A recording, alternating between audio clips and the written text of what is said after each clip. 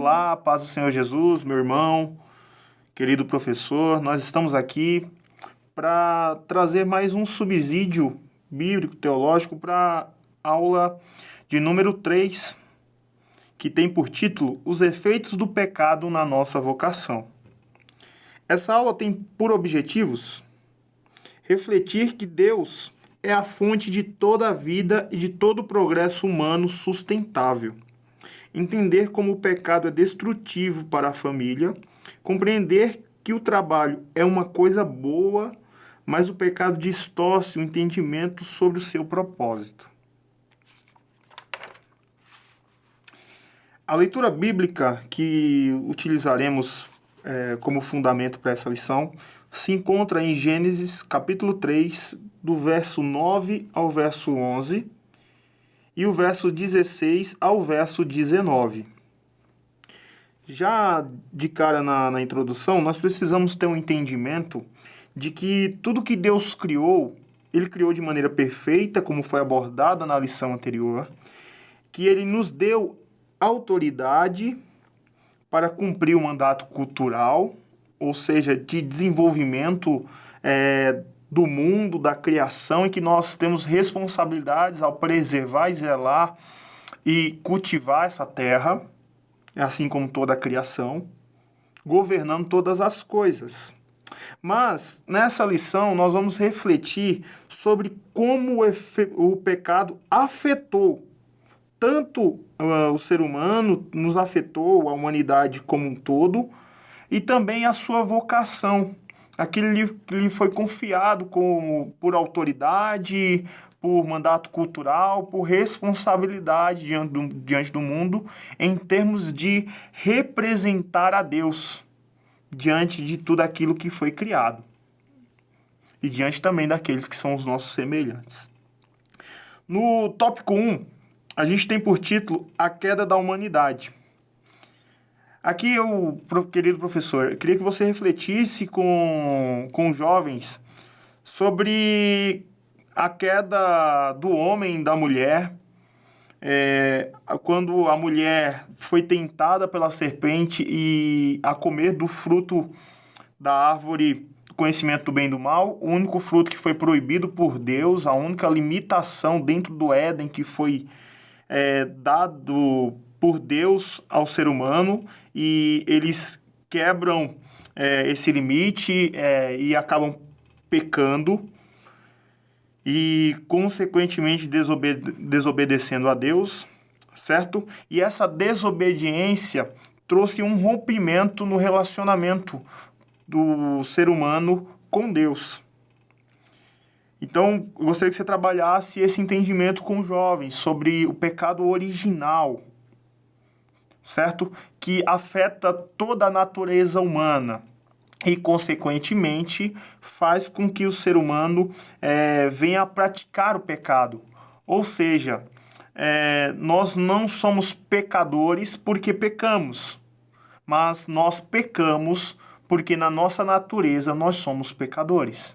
Tem a ver com o pecado afetar quem nós somos diante de Deus e, consequentemente, romper o nosso relacionamento com Ele. No subtópico A, nós falamos aqui sobre sermos desligados da fonte. Deus é a fonte de toda a vida e, sendo Ele a fonte de toda a vida, consequentemente, tudo aquilo que nós produzimos, se estivermos ligados em Deus, é consequência dessa vida que flui a partir dele, certo? Porém, quando o homem pecou, a mulher pecou, o pecado adentrou no ser humano, consequentemente, tudo aquilo que estava sob a autoridade do ser humano, essa autoridade que foi delegada por Deus, também foi afetada. Tanto a vida humana quanto tudo aquilo que estava sob a sua autoridade, certo? Eu queria que você pensasse o seguinte: já que Deus é a fonte de toda a vida, eu queria que você trabalhasse a seguinte dinâmica ou a seguinte metáfora com os seus alunos, com os jovens, de que assim como um aparelho eletroeletrônico está ligado através de uma tomada e recebe toda a fonte de vida para funcionar corretamente, e ao ser desligado ele perde toda essa fonte de vida e para de funcionar. Da mesma maneira é o ser humano. Já como foi citado na lição anterior, Deus é espírito e, consequentemente, nós nos comunicamos com Deus e Deus se comunica conosco através também do nosso espírito. Então, quando o ser humano pecou, ele foi desligado de Deus espiritualmente. Eu queria que você refletisse sobre a fala de Deus para o ser humano em Gênesis 2,17, dizendo que quando o homem comesse do fruto, certamente ele morreria. Ele usa a expressão certamente morrerás. Aqui a gente trabalha na lição o entendimento de que, segundo a Bíblia Strong, a expressão traduzida do original é morrendo, morrerás. Ou seja, morrendo espiritualmente, que é a fonte que nos liga a Deus, ou o meio que nos liga a Deus, consequentemente, todas as áreas da vida humana seriam afetadas por essa morte e também morreriam, e consequentemente a nossa própria vocação. Tudo aquilo que faríamos diante da criação também seria afetada por essa morte, ou também morreria, consequentemente. Então, no subtópico B, querido professor, a gente tem o subtítulo Errar o Alvo, que é o sentido da palavra pecado no original grego, que é amartia. Então, todas as vezes que o ser humano peca, ele está errando o alvo da vontade de Deus, e ele está fazendo isso porque ele morreu espiritualmente. Por consequência, então todas as áreas da sua vida em que ele peca, é porque ele está errando o alvo da vontade de Deus. E nisso a gente pode trazer um sentido, como está descrito aqui na lição, afetando a sua identidade pessoal, afetando o seu sacerdócio e a sua liderança, afetando o casamento, a relação entre o homem e a mulher, trazendo disfunções tanto de relacionamento quanto social, afetando a família, né, no relacionamento entre pais e filhos, e afetando também o seu trabalho. E quando falamos sobre vocação representar a Deus, então todas essas áreas que foram citadas, elas são afetadas. Consequentemente, a nossa vocação de forma integral, ela é afetada nessa representatividade. Então, nos próximos tópicos, nós vamos trabalhar os efeitos do pecado na nossa vocação, ou seja, nessas áreas da vida. No tópico 2, a gente já entra falando sobre identidade pessoal. Quando o homem pecou, Deus ele faz uma pergunta ao homem ao saber que ele estava, ou pelo menos ao homem expressar que ele estava escondido quando ele ouviu Deus no jardim, e Deus faz a pergunta de onde você estava, ou onde você está. E essa pergunta, ela não é apenas uma pergunta geográfica, mas uma pergunta de identidade.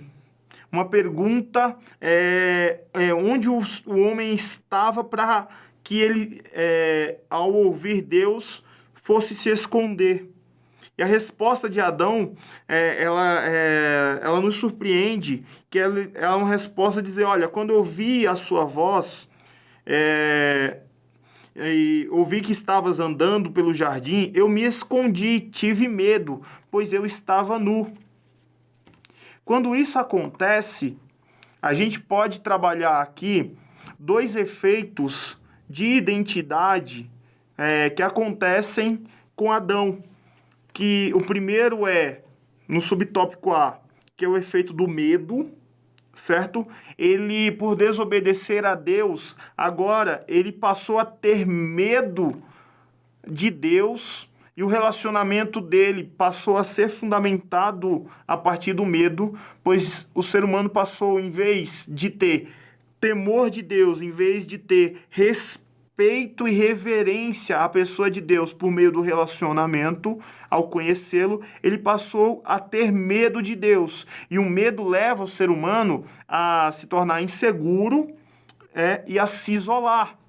Então, é importante trabalhar essa dinâmica com os jovens de que todas as vezes que a gente tem medo de Deus por conta do nosso pecado, a gente tem um entendimento errado de quem Deus é. E aí nós passamos a nos tornar inseguros na nossa identidade e nós passamos a nos isolar socialmente e também do relacionamento com Deus. Ok? E nós não fomos criados para isso. Mas é importante trabalhar por que nós temos, em algum sentido, medo de Deus. E o subtópico B vai trabalhar sobre vergonha. Nós não fomos criados para ser seres com vergonha, tanto de nós mesmos quanto do outro. Quando isso acontece, isso é consequência do pecado original que está presente na nossa natureza. Então a gente passa a perceber a nós mesmos de maneira distorcida, muitas vezes maldosa e envergonhada. Isso é resultado do nosso coração inclinado agora para o pecado, inclinado agora para o mal. É resultado de um coração orgulhoso, um coração adoecido, certo? O próprio Tim Keller trabalha essa questão muito bem, se você tiver a oportunidade, caro professor, de ler num livreto chamado Ego Transformado, onde ele vai trabalhar sobre o adoecimento do ego, onde ele vai apontar que complexos, por exemplo, que eu cito aqui de inferioridade, superioridade, são resultados desse ego adoecido pelo pecado. Ou seja, não é apenas por a pessoa se achar menor ou melhor do que alguém. Na verdade, é consequência de um ego adoecido. Certo? Esse livro pode te ajudar bastante a trabalhar esses pontos, esses subtópicos com a juventude durante a aula. No tópico 3, o pecado afeta o sacerdócio e a liderança. A forma como Deus deseja que o ser humano represente diante da criação, governando a criação, é servindo. E esse é um dos papéis do sacerdote, inclusive, tanto no Antigo Testamento, quanto na função sacerdotal no Novo Testamento. O sacerdote tem uma função de adorar a Deus, de servir ao próximo e de interceder pela nação a qual ele pertence. Então, o sacerdote ele tem uma predisposição ao servir.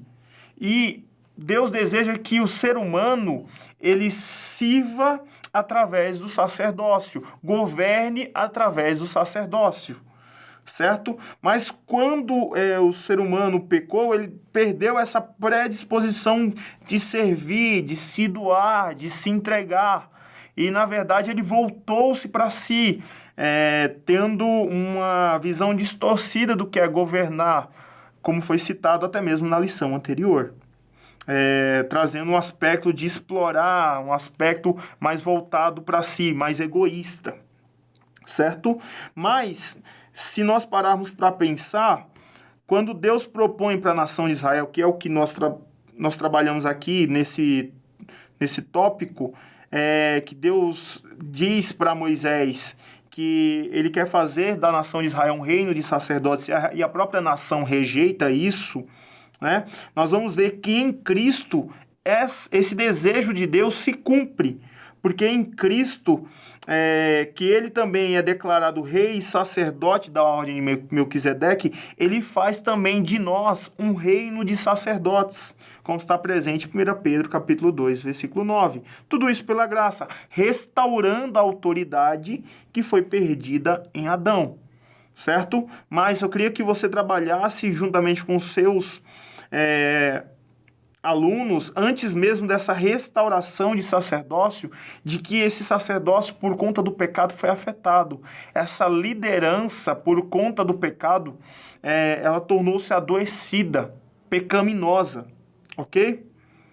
Já partindo para o tópico 4, os efeitos da queda no casamento e na família, nós veremos os efeitos do pecado no casal e também nos filhos. No subtópico A, quando a gente traz esses efeitos do pecado na família e especificamente no casal, nós vamos ver claramente que o pecado afetou as funções que tanto o homem quanto a mulher tinham originalmente em Deus, tornando disfuncionais os seus papéis. Nós entendemos que, de maneira histórica, a gente vai ver o homem, inclusive, explorando e subjugando a mulher. A gente vai ver isso nas culturas e civilizações, certo? Então, talvez aquilo que talvez aqui é uma figura de linguagem, aquilo que a gente chama de machismo atualmente, certo? Seja consequência, e preste bem atenção, desse pecado original, ou seja, na natureza humana. E a forma dela se manifestar no homem seja através desse efeito social que chamamos de machismo. O fato de ele querer exercer domínio sobre a mulher, seja o efeito da queda. Ok? E, consequentemente, a mulher ela tem aversão a esse efeito da queda, certo? Tem aversão a se submeter à liderança do homem, que agora passou a ser uma liderança adoecida pelo pecado e traduzida de forma machista, inclusive, socialmente, certo? E ela tem dificuldade à submissão.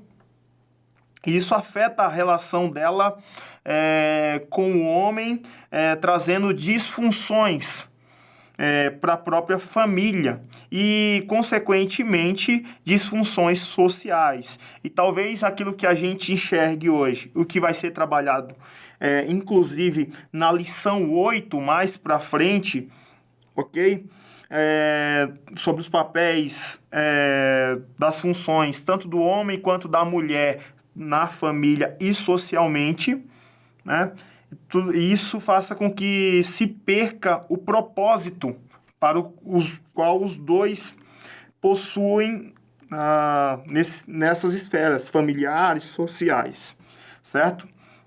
E a proposta é que em Cristo a gente vai ver isso, inclusive nas lições referentes ao se tratar de redenção familiar, né? Em Cristo, o homem e a mulher possuam uma nova humanidade, certo? Resgatando os fundamentos que Deus estabeleceu no princípio para que o homem e a mulher pudessem representá-los de maneira digna da vocação para o qual Deus estabeleceu para eles.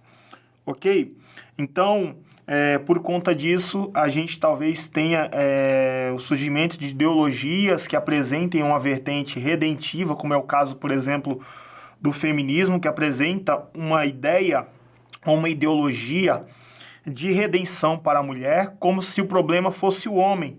Mas, na verdade, professor, é necessário trabalhar com os alunos que o problema central, tanto do homem quanto da mulher, é o pecado na sua natureza, na nossa natureza.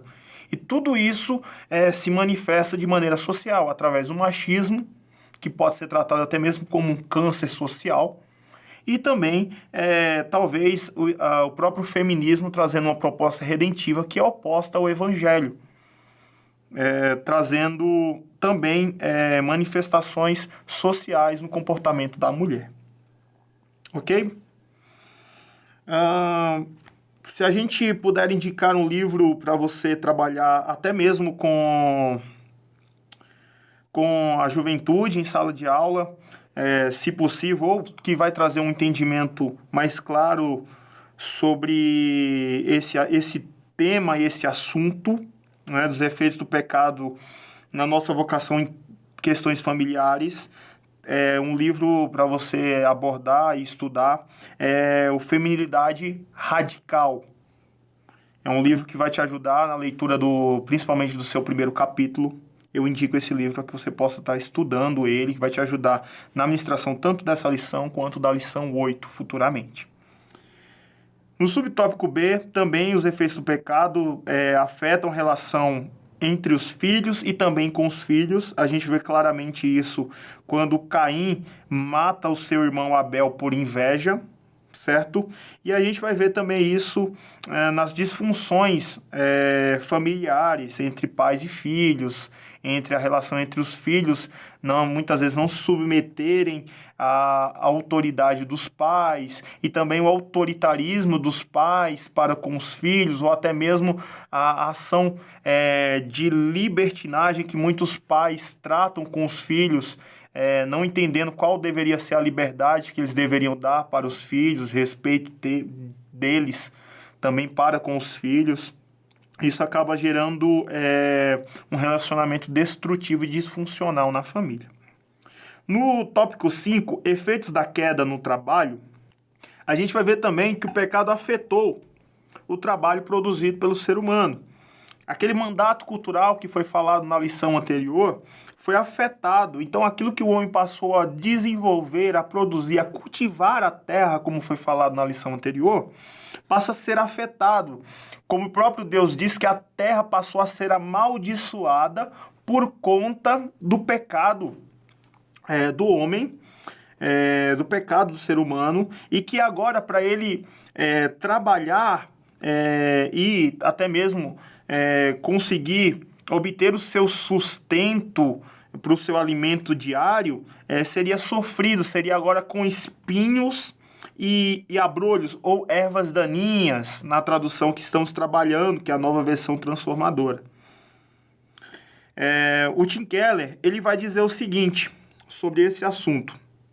Ele diz que o ser humano, após pecar, o trabalho ele passa a existir em um mundo sustentado por Deus, é óbvio, mas desorganizado pelo pecado. Ou seja, a graça de Deus ainda é manifesta, sustentando e provendo aquilo que ainda o ser humano necessita, mas agora ele está desorganizado pelo pecado. E essa desorganização, querido professor, você precisa até transmitir para o seu aluno em sala de aula, vai trazer, talvez, para nós, seres humanos, e também para o seu jovem que está entrando no mercado de trabalho, uma sensação de que o trabalho não possui sentido, o trabalho não possui propósito, certo? E isso é consequência dos efeitos do pecado no trabalho, nessa manifestação da vocação que o ser humano possui. E é necessário resgatar em sala de aula que o trabalho, na verdade, é uma bênção dada por Deus, mas que foi distorcido o seu propósito, o seu significado pelo pecado. E que o trabalho abençoa a humanidade e sustenta a humanidade. É uma forma de Deus sustentar toda a humanidade e prover tudo aquilo que a humanidade precisa através do trabalho. Aqui, querido professor, nós vamos chegando à conclusão dessa aula.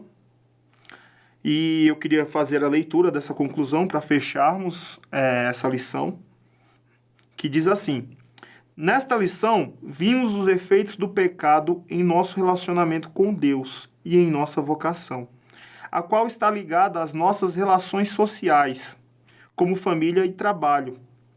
Ter esse entendimento nos levará a uma melhor compreensão sobre como devemos viver. Ou seja, como devemos nos relacionar apesar dos efeitos do pecado nessas relações sociais que fazem parte da nossa vocação. Ok, querido professor? Que você tenha uma aula produtiva, que as indicações, inclusive, citadas aqui, você possa aproveitar, ler, estudar e utilizar como ferramenta naquilo que você vai transmitir nessa lição para os seus alunos, para os jovens, ao qual serão ministrados por você. Que Deus te use e que Deus te abençoe ao ministrar essa lição.